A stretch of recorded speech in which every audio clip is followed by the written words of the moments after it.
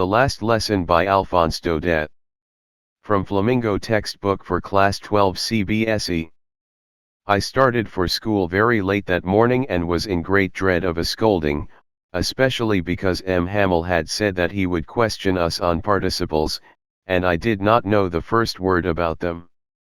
For a moment I thought of running away and spending the day out of doors. It was so warm, so bright. The birds were chirping at the edge of the woods, and in the open field back of the sawmill the Prussian soldiers were drilling. It was all much more tempting than the rule for participles, but I had the strength to resist, and hurried off to school. When I passed the town hall there was a crowd in front of the bulletin board. For the last 2 years all our bad news had come from there, the lost battles, the draft, the orders of the commanding officer, and I thought to myself, without stopping, what can be the matter now? Then, as I hurried by as fast as I could go, the blacksmith, Wachter, who was there, with his apprentice, reading the bulletin, called after me, "Don't go so fast, bub, you'll get to your school in plenty of time." I thought he was making fun of me, and reached M. Hamel's little garden all out of breath. Usually, when school began, there was a great bustle, which could be heard out in the street, the opening and closing of desks, lessons repeated in unison, very loud, with our hands over our ears to understand better, and the teacher's great ruler rapping on the table. But now it was all so still. I had counted on the commotion to get to my desk without being seen, but, of course, that day everything had to be as quiet as Sunday morning. Through the window I saw my classmates, already in their places, and M. Hamel walking up and down with his terrible iron ruler under his arm. I had to open the door and go in before everybody. You can imagine how I blushed and how frightened I was. But nothing happened. M. Hamel saw me and said very kindly, "Go to your place quickly, little Franz. We were beginning without you." I jumped over the bench and sat down at my desk. Not till then, when I had got a little over my fright, did I see that our teacher had on his beautiful green coat, his frilled shirt, and the little black silk cap, all embroidered, that he never wore except on inspection and prize days. Besides, the whole school seemed so strange and solemn. But the thing that surprised me most was to see, on the back benches that were always empty, the village people sitting quietly like ourselves, old Hauser, with his three-cornered hat, the former mayor, the former postmaster, and several others besides. Everybody looked sad, and Hauser had brought an old primer, thumbed at the edges, and he held it open on his knees with his great spectacles lying across the pages. While I was wondering about it all, M. Hamel mounted his chair, and, in the same grave and gentle tone which he had used to me, said, "My children, this is the last lesson I shall give you. The order has come from Berlin to teach only German in the schools of Alsace and Lorraine. The new master comes tomorrow. This is your last French lesson. I want you to be very attentive." What a thunderclap these words were to me. Oh, the wretches, that was what they had put up at the town hall. My last French lesson. Why, I hardly knew how to write. I should never learn any more. I must stop there, then. Oh, how sorry I was for not learning my lessons, for seeking birds' eggs, or going sliding on the Saar. My books, that had seemed such a nuisance a while ago, so heavy to carry, my grammar, and my history of the saints, were old friends now that I couldn't give up. And M. Hamel, too, the idea that he was going away, that I should never see him again, made me forget all about his ruler and how cranky he was. Poor man. It was in honor of this last lesson that he had put on his fine Sunday clothes, and now I understood why the old men of the village were sitting there in the back of the room. It was because they were sorry, too, that they had not gone to school more. It was their way of thanking our master for his 40 years of faithful service and of showing their respect for the country that was theirs no more. While I was thinking of all this, I heard my name called. It was my turn to recite.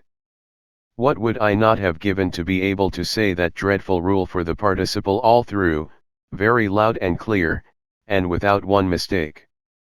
But I got mixed up on the first words and stood there, holding on to my desk, my heart beating, and not daring to look up. I heard M. Hamel say to me, "I won't scold you, little Franz, you must feel bad enough. See how it is. Every day we have said to ourselves, bah, I've plenty of time. I'll learn it tomorrow. And now you see where we've come out. Ah, that's the great trouble with Alsace, she puts off learning till tomorrow. Now those fellows out there will have the right to say to you, how is it, you pretend to be Frenchmen, and yet you can neither speak nor write your own language. But you are not the worst, poor little Franz. We've all a great deal to reproach ourselves with. Your parents were not anxious enough to have you learn. They preferred to put you to work on a farm or at the mills, so as to have a little more money. And I've been to blame also. Have I not often sent you to water my flowers instead of learning your lessons? And when I wanted to go fishing, did I not just give you a holiday? Then, from one thing to another, M. Hamel went on to talk of the French language, saying that it was the most beautiful language in the world, the clearest, the most logical, that we must guard it among us and never forget it, because when a people are enslaved, as long as they hold fast to their language it is as if they had the key to their prison. Then he opened a grammar and read us our lesson. I was amazed to see how well I understood it. All he said seemed so easy, so easy. I think, too, that I had never listened so carefully, and that he had never explained everything with so much patience. It seemed almost as if the poor man wanted to give us all he knew before going away, and to put it all into our heads at one stroke. After the grammar, we had a lesson in writing. That day M. Hamel had new copies for us, written in a beautiful round hand. France, Alsace, France, Alsace. They looked like little flags floating everywhere in the schoolroom, hung from the rod at the top of our desks. You ought to have seen how everyone set to work, and how quiet it was. The only sound was the scratching of the pens over the paper. Once some beetles flew in, but nobody paid any attention to them, not even the littlest ones, who worked right on tracing their fish hooks, as if that was French, too. On the roof the pigeons cooed very low, and I thought to myself, will they make them sing in German, even the pigeons?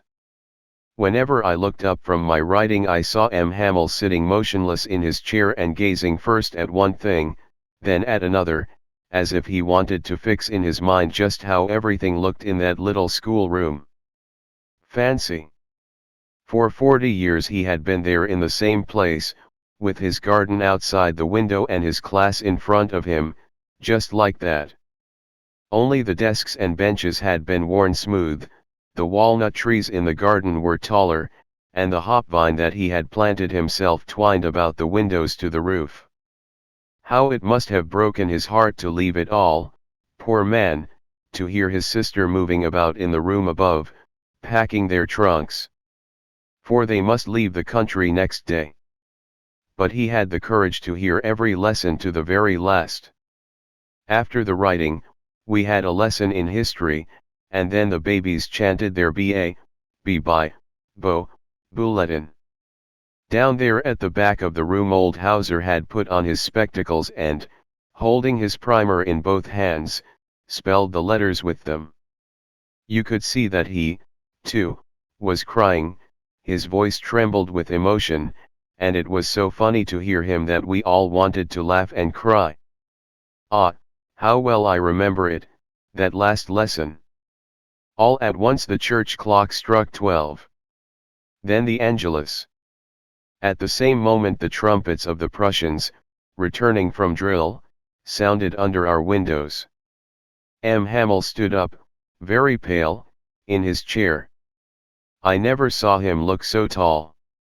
My friends, said he, I. But something choked him. He could not go on. Then he turned to the blackboard, took a piece of chalk, and, bearing on with all his might, he wrote as large as he could, Vive la France. Then he stopped and leaned his head against the wall, and, without a word, he made a gesture to us with his hand, School is dismissed, you may go. This was the last lesson. Thank you for listening.